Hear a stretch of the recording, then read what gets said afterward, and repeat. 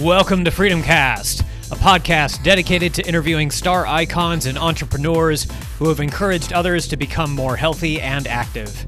My name is Ashton, and it's my pleasure to host you as we take another trip through the fitness industry.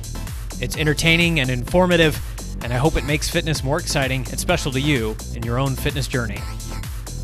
Freedom Cast is supported by Freedom Fitness Equipment in Charlotte, North Carolina. Freedom Fitness Equipment serves the health and fitness community nationwide, from free weights and strength equipment for home gyms and studios to cardio and conditioning equipment for commercial spaces. Check them out at freedomfitnessequipment.com. Let's get rolling with today's show. Jake from Garage Gym Experiment. I was actually informed by Joe from Great Matter Lifting that you're one of the OG accounts. So it's not Garage Gym Reviews. It's actually Garage Gym Experiment was one of the first home gym accounts that was ever created. So kudos to you, man. That's awesome. Thank you. When I started, I wasn't the first, but there were a few others, but nobody was really big yet. Nice. Well, thanks for hopping on here. I did want to ask you about your background and what even got you started with Garage Gym Experiment and how it's grown from there. But just from a personal perspective, tell us a little bit about yourself and your background. So I can start with the Garage Gym Experiment story and just how I started with the home gym. So I would say it was about 5-6 years ago. I started a little home gym within the front room of our house. There was very little. And it ultimately grew, but when it started to become very serious was I have she's about to be a 6-year-old daughter. Nice. So once we had the kid, it was I was going into work every day. And it just felt a little weird to go into the gym before going to work and not getting home until 6 o'clock in the evening. And that would be the first time I'd see my daughter all day. Yeah. So it was a lot of guilt. So started slowly but surely. I put some stuff in the garage and just started building from there. And then kind of like going on to the business side of it. I saw this as like something that was really having a huge impact on my life. Yeah. So like I was able to save a ton of time. I was your typical LA Fitness gym goer, but I would spend at least 15 minutes getting to the gym, 15 minutes coming home.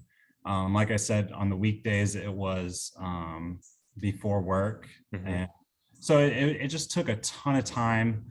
And it ultimately, slowly but surely became the only place that I worked out because I wanted more time back.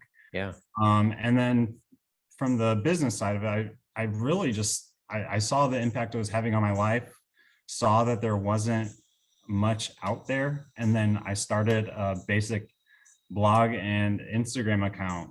If you look back I think it was a little over about 4.5 years ago or so, I started. It was like, it was pretty rough looking.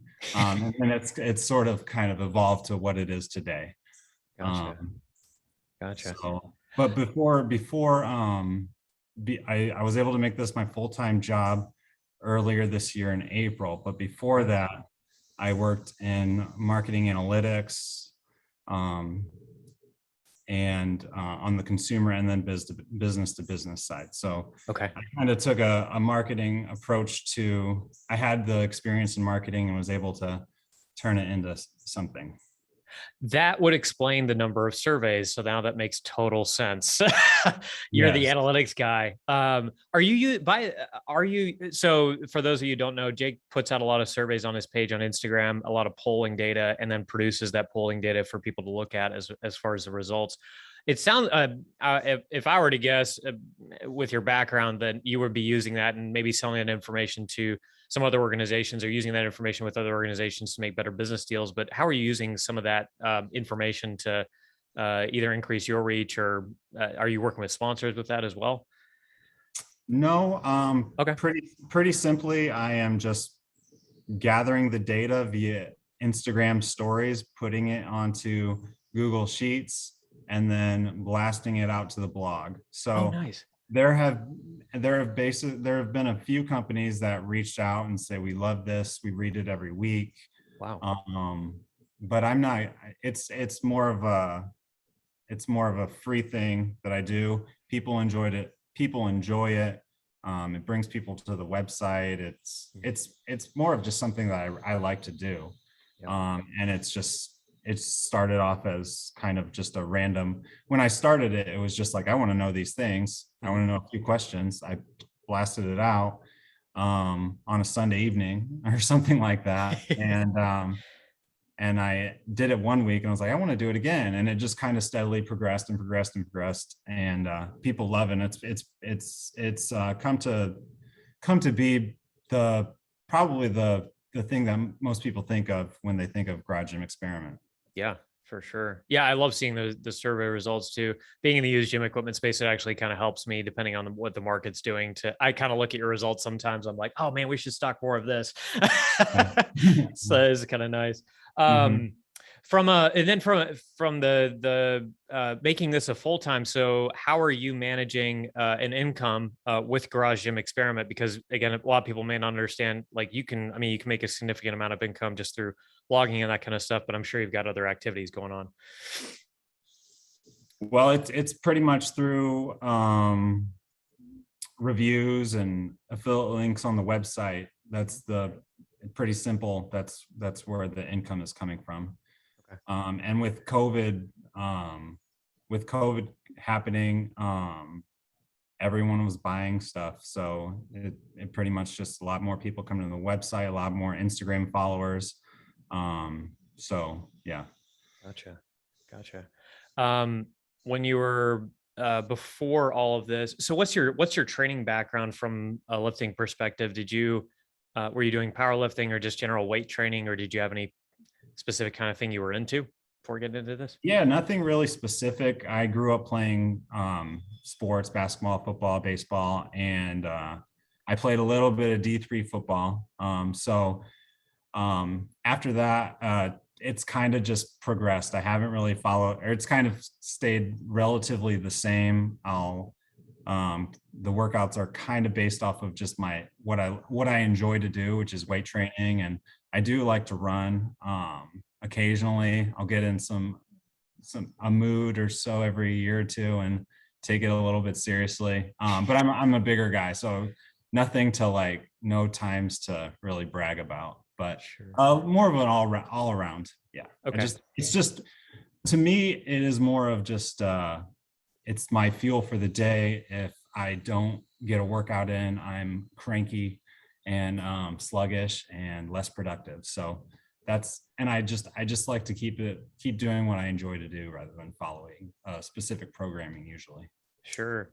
Well, and I'm sure that helps with the review side, because I know for some people who are in this space, you get a certain piece of equipment and it doesn't fit your training style. And so that's really hampers your whatever program you're on at the time. I'm sure for you, that makes it a little bit simpler because you can kind of train with that particular piece and try it out. Exactly. Yeah. Yeah. On the review side, I am curious, what's your time frame for getting and reviewing equipment normally, or what's your process for that? It just depends. It just depends on when I feel comfortable doing it. Honestly, I have such a big backlog of reviews to do that it's more of like, use it sparingly for a certain amount of time, and then when it comes to that review, use it for a week or so, and then get the review out. There's no like rule. I kind of use common sense by product. I don't think each product needs a year for a review. If you followed my reviews, I do a wide variety of stuff, all the way from little storage objects to Power X. So it just kind of depends on the item. I don't really like to get a product and have a review out within the next week. Okay. But yeah, I don't think I've ever done that, but yes, it just varies. Gotcha. Anything, so you said you have a backlog of stuff. So with the review space, I am curious if uh, somebody mentioned before they don't have release dates for reviews, which is really curious to me. So if they're pushing out a new product, it's not like they're saying, "Oh, hold reviews until X date." Have you ever had anybody come to you and said, "Oh, you can only review this, and we'd prefer you to also drop it on a specific time frame," or is it just a bunch of people sending you stuff and like, "Hey, if you can review this, this would be awesome." Yeah, well, first of all, I don't get that much stuff sent to me. Oh, okay, okay, I mean, I do, but it's not like every day something coming in. I usually look at it as I try and get the stuff that uh your typical home gym owner would be interested in, or just the typical garage gym experiment follower would be.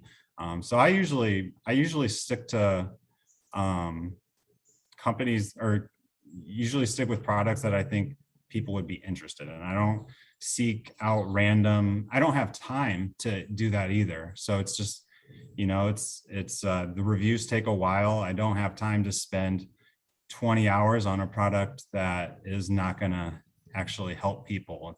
It's just more of something to read. So um I forget your original question, but does that kind of kind get? of, yeah, yeah. So, I was curious.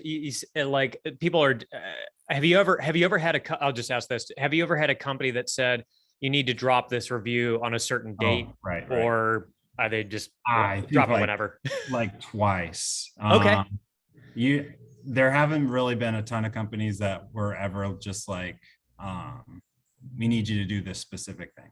okay, And if they were, I would just tell them that this is what we're looking at. Try and be upfront.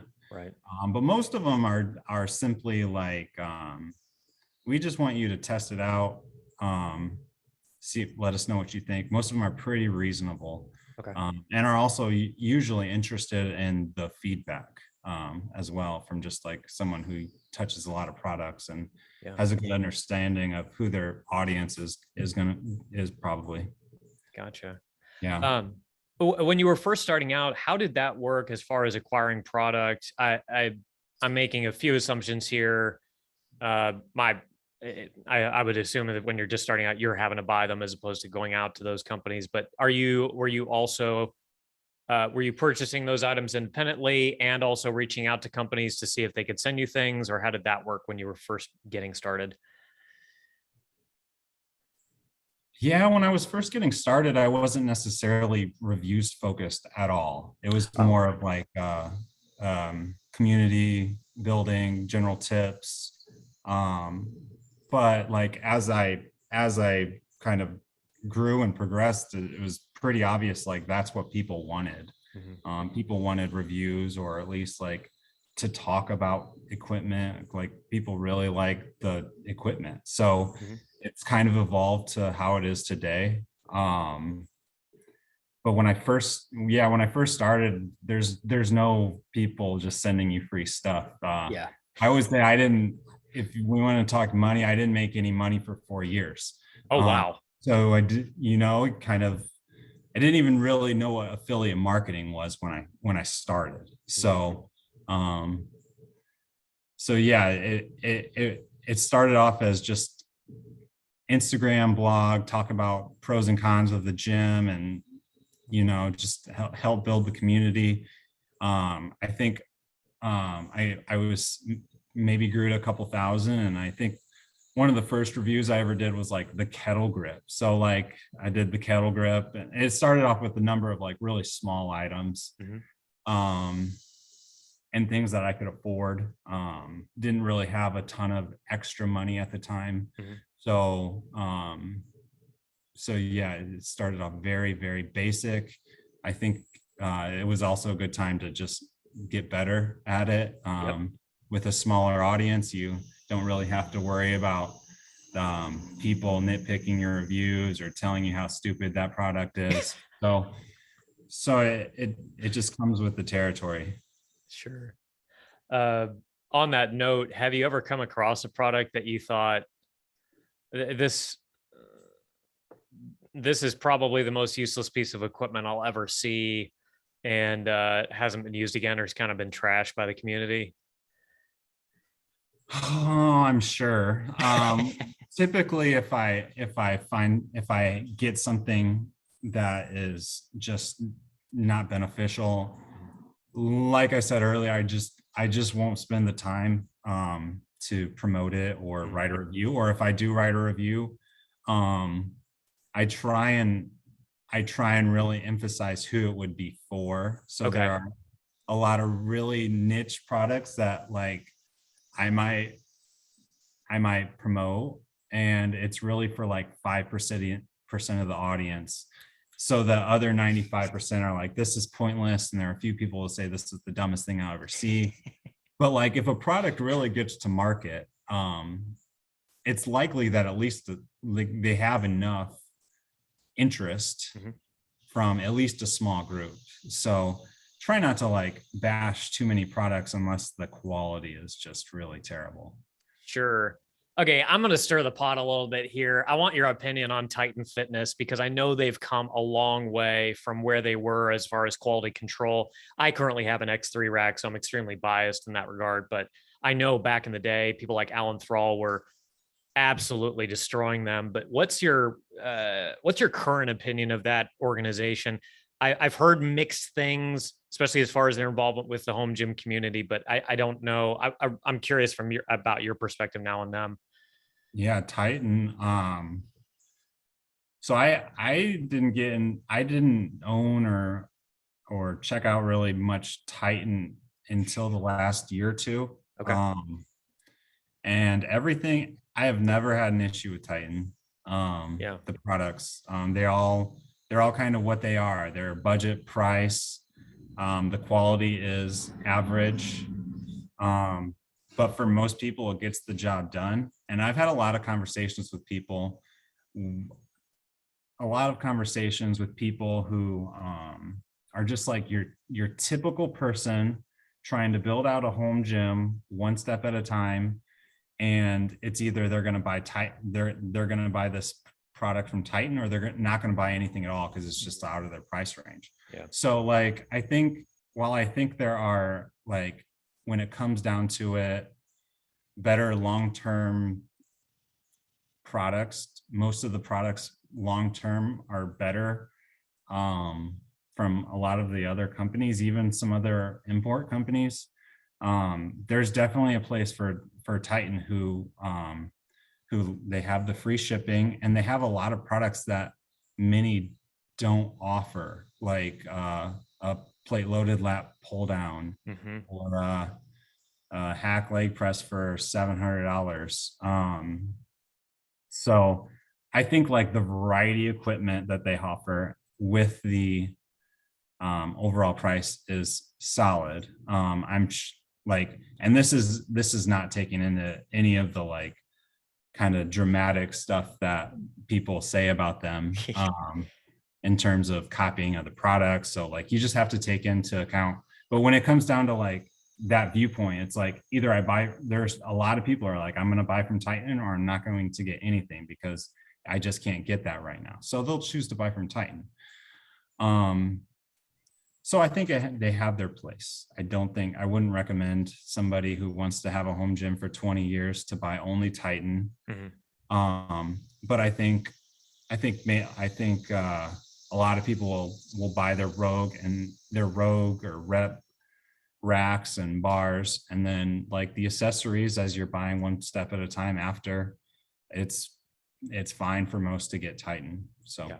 And again, I am biased because I didn't have any Titan products when they, like you said, like Alan Thrall and other people were complaining about the overall quality. I think a lot of it has improved. They must have improved tremendously, because I have a few good bars too from them too. So. Oh, nice. Yeah, I know their bar quality could probably improve because I got some of their scratch and dent stuff, and but I just found I can't find issues with their X3 racks or any of the attachments I've gotten for the X3 rack, the rack itself, including the extension. And so Yeah, like you, I never saw problems with the product, but this is years and years after those Yeah. initial complaints. I think they've, unfortunately, as a brand, they haven't worked on, I'm curious about your perspective on this. They haven't really worked on improving their stance with particularly the home gym community. They've just, here we are, this is our product, and if you don't like it, screw you. Not really, but you know what I mean. Right. That's very true. Their marketing is pretty standard. They're not really, I mean, it's a lot of stock photos and Yeah. this is our, yeah. There's definitely, they have a huge potential to change that up I and know. more personal. Yeah, I'm with you on that. I just want to get a hold of the owner and go, you don't understand what you're missing out on. There's just so much they could do with that. Anyway, I'll move off of them. I'm not trying to stir anything up, but so I know you've gotten a chance to interact with a couple of the other garage gym. And I think Joe mentioned, are you part of the council for the garage gym competition? Or I'm sorry, I maybe have misspoken there. Yeah, I am. Okay. Yeah. Awesome. How has that been so far? It's been cool. I want to say this is the third year I've helped, kind of on the back end of stuff, just adding in opinions here and there. There's Joe's done a really good job of growing it. And the council members that he gets each year are usually really involved, are really passionate about growing it. It was a good idea to begin with. And yeah, I don't see it slowing down.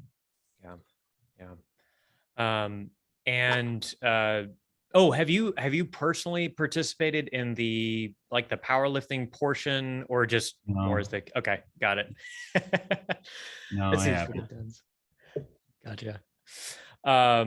Awesome. Is anybody in your family involved with or enjoys training as much as you do these days, or are they just kind of, oh, that's his thing, we'll let him kind of play in his home gym? No, my wife loves her CrossFit gym. So awesome. She loves CrossFit, just had a baby. So she's like dying to get back. But yeah, she's the type of person that loves the community aspects of it and like being around people every day. Yeah. It's a good group of people she has. So, I mean, I have nothing against other gyms, but I'm not alone. So it kind of helps me not feel bad about taking the time to work out and do my own it was a side hustle for years, but takes a lot of the guilt away. Yeah, I hear you. You mentioned earlier that you were an analytics guy. So I'm curious what kind of trends you've been seeing lately with either the home gym community or strength sports in general, if you noticed anything. Yeah, I think in terms of like home gyms, just kind of based off of like my gut, I would say when I started, I kind of saw this as a big benefit, and I saw it steadily grow like over the 4 years prior to COVID. So I was always really confident in like I'm glad I chose this to like spend my time doing this, because I did think it was going to continue to grow. And I think with COVID, it like skyrocketed at like 10 years. I think it was always the home gym.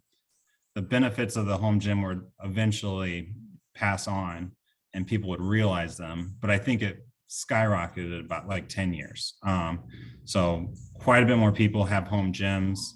I think the interest I think the buying equipment has slowed a little bit, but I think people's interest is still really high. It's still like a wish list for a lot of people. Like people are still just like, they want it really bad to have a home gym. So I would say like, this is a trend that's going to continue. In terms of sport, so like with the surveys, one thing I really try and like emphasize is like the people that are following, like what I really want to emphasize with the surveys is the people that are following Garage Gym Experiment and also taking the time to answer the surveys are kind of the more like the most interested group. It's not necessarily what the norms of society. It's They're like self-selecting. yeah, it is self-selecting. But like so like within this group, I definitely see powerlifting as like a on the rise. Okay. CrossFit seems like it's going down a little bit. I still think most people identify with nothing though. Like they don't like the average person doesn't identify with a sport. They Okay. just train. Interesting.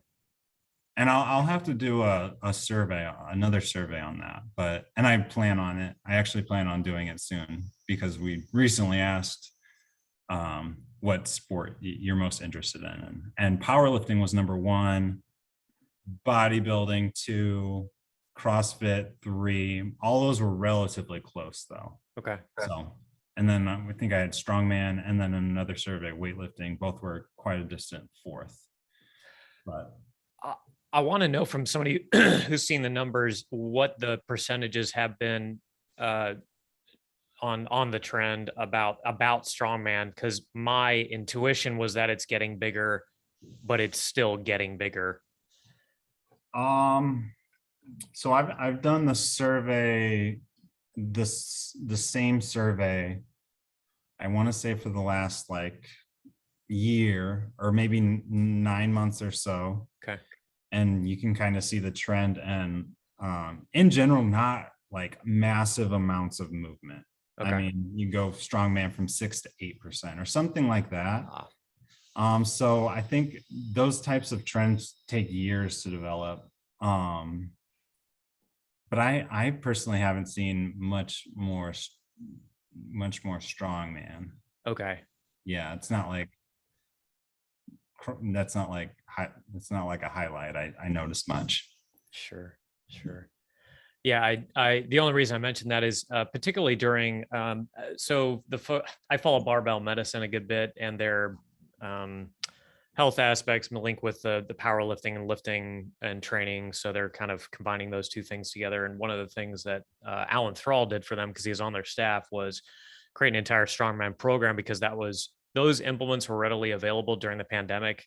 Rocks you can pick up, sandbags, that kind of stuff. So I was curious if that had impacted in any way during the pandemic and then suddenly taken. It sounds like it's just kind of been a net meh for most people. So yeah. Okay. And so home gyms definitely taking off. Anything in the I'm a nerd about equipment. I'm sure you are too. So anything in the equipment space that you've seen as a trend away from or towards, say, the past 3 years? I mean, I think like when I first started 5 years ago or so, the like a lot of people are moving towards racks with like the 3x3 posts. I think that like almost like 3 out of 4 have of the survey respondents have a rack like that. Wow. I think let's see. I think the big thing is that everyone, a lot of people have racks, barbells, and plates. And then after that, you typically have room for like some dumbbells and kettlebells. I would say most people don't have any other specialty equipment. Like when it comes down to everybody, maybe most of the people that you see featured on Instagram do, because they have the loaded gyms. But I think when it comes down to it, most people are working with like, four stall mats, still trying to park their car in the garage, limited ceilings.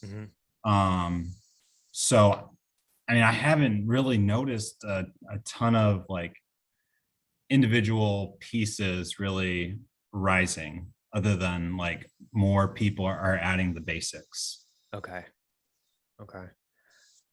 I am What about you? Have you seen anything?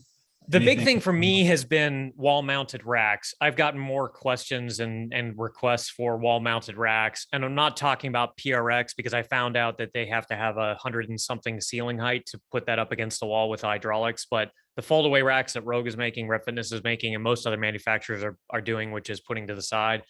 Yeah. Demand has spiked for that. There's a local guy here who makes his own line of strength equipment and runs a massive national and international equipment business, and he's started producing those and done very well. So we want to get those in at some point. But the thing that really puzzled me is, like you mentioned, especially with the home gym, I haven't seen a big explosion in because most garages are only 8 foot high on average. I haven't seen it. So it's 96 inches. So I haven't seen an explosion in the number of 80 and 90 inch rack options. It's a lot of them are still at the 90 plus and 100 plus rack height, which is super bizarre for me. I get when you're trying to outfit a personal training facility and all that, but that's been really puzzling. Yeah. I actually have averages on ceiling heights. Okay. So about a quarter have 10 feet. Okay. 9 feet, 28%. Okay. A third have 8 feet, and then 14% are 7 feet. So there's still quite a bit. There's still about half that have 9 feet or above. Interesting. But yeah, you really need to look at sales numbers from probably a few different companies to figure out what height racks people are getting. It doesn't sound like PRX is having many issues selling their racks. So that is true. Yeah. Well, especially because now they came out with the adjustable bench was which was sorely needed. So I'm sure they're going to see an even bigger spike going forward. Yeah, that whole system was genius. Because they started producing that. I know they had been around for a little while, but did they start producing that particular rack right about the same time that the pandemic hit, or had that been around for a couple of years? I can't recall. The fold up? Yeah. Oh, many years, probably 6-7 years off the top of my head, if not more. Yeah. Gotcha. It just got super popular. Yeah. Nice. Well, that's awesome. What's been your favorite piece of equipment to work out with in your home gym? I would say that answer is always changing. Okay. I mean, I currently really like the Ski-Erg. Oh, okay. Ski-Erg, Echo Bike. Once you start using specialty bars, it's hard to use other bars. So I like the Mars bar, the Transformer bar. Yeah. Cadillac bar. Bar. Oh, I'm so jealous. Yeah, those are I would say off the top of my head, those are my favorite things. A little mix of barbells and the cardio equipment. Sure. Just staying on that topic, have you found that the camber angles of the Cadillac bar, as opposed to, say, I don't know if you have a chance to check out like the American Camber Bar by Elite FTS, or even the Bells of Steel one that they came out with, have you noticed a significant engineering difference in how comfortable it is compared to those other options in the market? I would say it's a little bit more comfortable, but the price difference isn't better than the advantages you get from that. Like, for example, I've had it next to the Titan camber bar, and like the Titan camber bar I think is like $180 compared to over 500. And if you rate the Cadillac bar a 9.5, the Titan bar is at 7.9. So like not bad, not bad considering the price difference. So like if you have the money, go for something like the Cadillac bar. But if not, if you don't want to wait, you don't want to wait for the, if you don't need to save for it and are able to get the Titan, grab it, Yep. depending on your values, Right. Yeah. What do you do with all of the do you just keep accumulating more and more equipment, or what happens with the equipment that you can't fit in the space? Do you have storage units, or how's that working now? Yeah, my 3-car garage is pretty packed. It's definitely not like ideal. And if you don't rack your equipment, it looks like it's the biggest mess. It's just hard for the whole family to maneuver. It's definitely not ideal. I've got stuff in the basement. And we have a little storage in the basement. So like it's getting to the breaking point where I need to figure out a plan. Mm. Or I probably should have already had a plan, but it's just kind of accumulated, and yeah. It's a fortunate problem to have. Oh yeah, for sure. Are you planning on, or would you ever plan on doing giveaways or that kind of thing? Or are there restrictions with the types of equipment that I don't know what the balance is between like you acquiring it yourself and you being sent stuff. Are there any restrictions on, oh, you can't give this away or can't do, some sort of promotional thing? No, I've never really signed anything like that. Okay. I don't know. If I did, I would reach out to the company to see. But like, I like to have. I know a few people have said this before, but it's kind of just nice to have to compare to new stuff that comes in, and if eventually, if I wanted to, I could sell it. I don't know. It's Okay. If it ever became sell it to people in the area for a very cost friendly price, like I feel like it would do more good in someone else's hands than just continue to take up space. Yep. So yep. But like, yeah, in general, I have a lot of barbells. Okay. I don't know, probably close to 40. Wow. And most of them are very similar. They're all kind of different brands, but very similar. So to be honest, there's no real point in keeping all of them. So we'll see. Sure. Have you ever thought about even opening up a personal training facility? I don't know what your background is from that perspective, but opening up a personal training facility or a gym just with with the excess equipment. Yeah, I have thought about opening up some sort of complementary business. Yeah. Okay. Yeah, that would be, I just can't imagine, because you basically be able to outfit it with the best of the best. I would think, with all the stuff that you're acquiring. Yeah, and it would help rotate stuff in and out. Yeah. Like I said, it's kind of a backlog right now. Yeah. Well, and you're an analytics guy. So I imagine with the people that are training in there, you get even more feedback with all of like you could do your own review and then, get it out to Gen Pop and see. Yeah, I'm sorry. Excuse me for 1 second. I just had a shipper drop by. I apologize. Give me 1 minute. You're fine.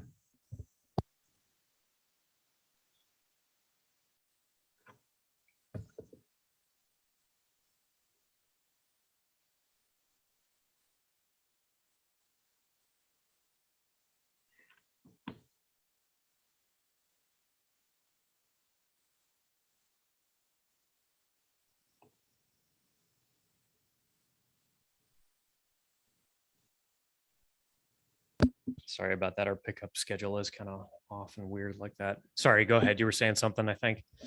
All good. What was I saying? Talking about opening a gym and oh yeah, like I said, it would be complimentary. Try and figure out a way to either utilize it as an office or yeah, like you said, get more eyes on products. I know the Massonomics gym has a nice like niche setup where everyone kind of pitches in and they all benefit. So something along those lines would be ideal. That would be fun. Have the community get involved with setting up the entire place. Yeah. Yeah, you could almost have your own. I'm almost comparing it to like the based on your background, the Consumer Reports Lab. You could almost turn it into something like that with people. Yeah. That would be fun. Awesome. Anything that's coming up is either from a review or just a site development perspective that you're excited about, or are you just kind of keeping steady with everything?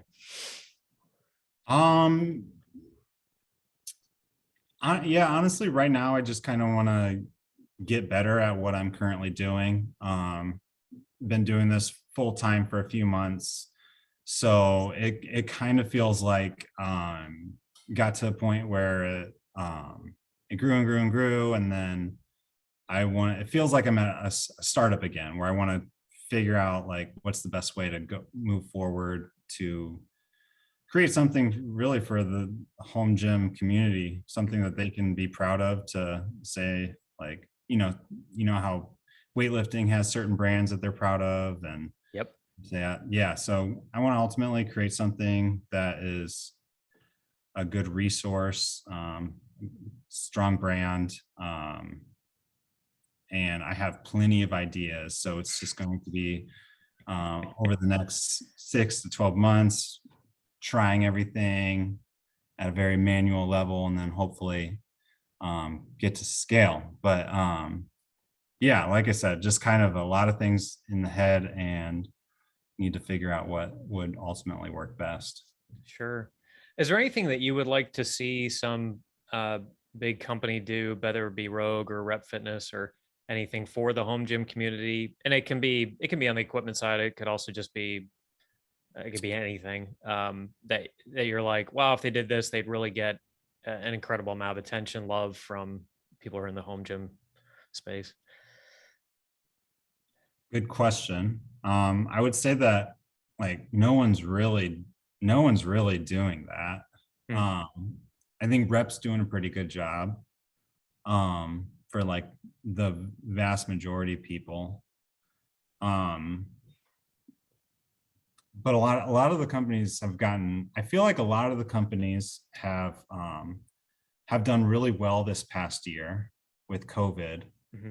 and are pretty comfortable. I'm not really seeing. I think what people want to see are new products Yeah. and innovation, and like that's more important than like flag giveaways, or like Yep. it's more about what they produce after listening to what people want. So I think that's what's going to catch people's eyes more than anything. Yeah. Yeah. Gotcha. But yeah, Go ahead. oh, I was just gonna say, but like we were talking about with Titan earlier, there's plenty of room for people to get a little bit more personal with the home gym crowd than what's currently going on. Yeah, absolutely. I feel like there's so many wrong ways to go about marketing, and people are going to realize at some point that the genuineness, the transparency, the connection with particularly home gym community, but just people in general is going to be key going forward. I listen to, I don't know if you know Gary Vaynerchuk. I keep mentioning him like during the podcast sometimes, but I'm a huge fan of his philosophy in terms of the real connection that he has with people and his how he encourages other people to do the same. And I just feel like there's a huge lack of that, aside from a few, like you said, a few brands that really do try to interact with those loyal followers. Yeah, you're right. Like the ones that do that are probably still going to be here in 20 years. Yeah. Whereas the ones that are, yeah, just kind of going through the motions, they probably won't. So Yeah. yeah, I think you're right. That's more of a, if you're showing just doing things the right way, it's going to have a big impact in the long haul. So Yep. Even with apparel companies, I mean, guys like Frank over at Lift Evil, which we just interviewed, his connection to the powerlifting community and how active he's just been, both from an interaction standpoint as well as just a support standpoint, speaks volumes. And he's not a huge manufacturer of any thing in the apparel space. He's still a small shop, but man, the attention he gets within that space is enormous. So I love when guys get really involved and actually know what they're talking about and have a genuine connection. It's not Yeah. like, oh, I'm just doing the marketing thing for marketing. Mhm. And back to your comment about innovation, though, this was something that early in COVID I was asking people about. Kabuki does this from time to time. Obviously, it takes him a while to develop, and Chris Duffin's an engineer, so he's on the cutting edge of most of this stuff. But um, is it trending like certain years you'll see more innovations? Like has fitness equipment just in general the past, I don't know, 5 to 10 years been stale on the innovation front? Has it slowed down? Like where are we going in terms of that? Yeah, I do think the next wave of innovation will be with tech. Okay. As if people believe it or not, I think the whoever is able to integrate it, the first one to really capture the strength training market is going to win big, or whoever can win that is going to really win big. Like you see with Peloton, for example, like they were able to capture a huge audience, but there's still plenty of people within the strength training world, including most like garage gym experiment followers that want little or nothing to do with something like Peloton. But once they're able to do that and create something for this strength training world, to make their workouts more efficient, and just better with using innovation, like using algorithms to make their results better, and combining all of that, somebody's like, that's, I would say within the next 5 years, that's probably coming. I've checked out the Juggernaut AI app. Yeah. That is pretty smooth. It doesn't, like, you still need to like, you still need to log everything on your phone. You still need to manually update things, but I think there will be somebody that'll somehow create something that will just like capture what you're doing and log it for you as you're working out. Yep.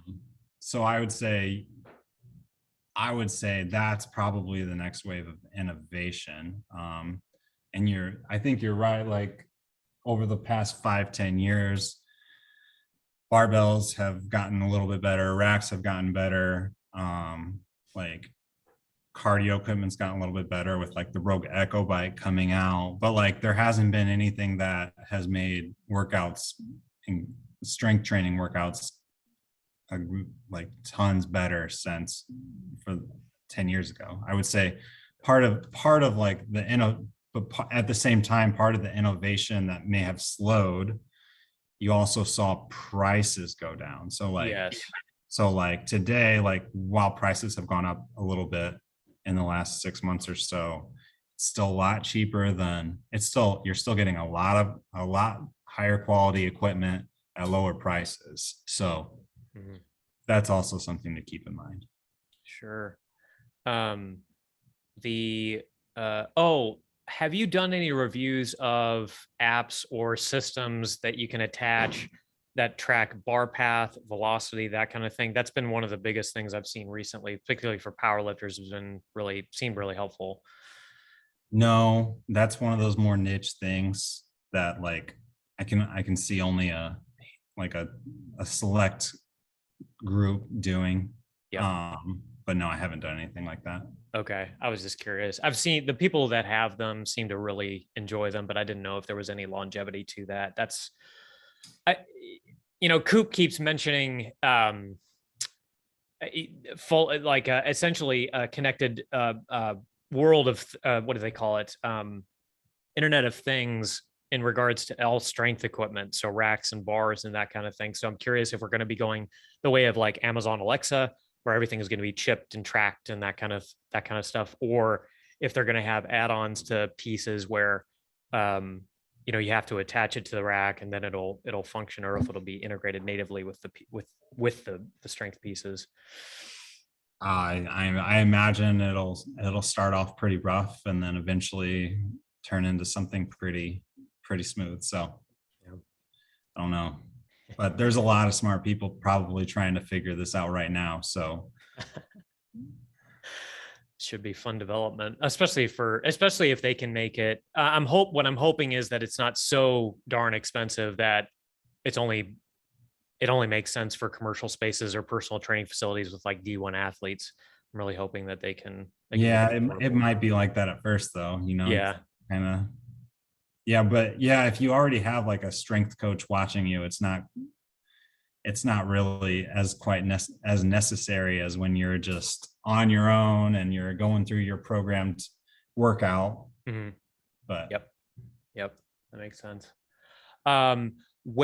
Jake, where can people find you for Garage Gym Experiment, and where can they find you both with the website as well as any social pages? Yeah, I think you can start off on Instagram, just at Garage Gym Experiment.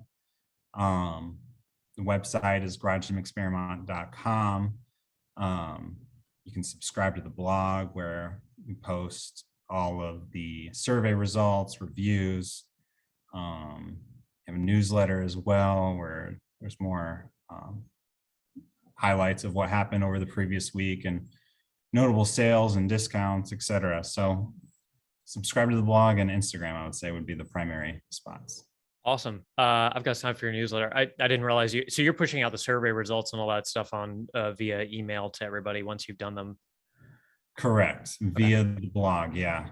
Awesome. I love it.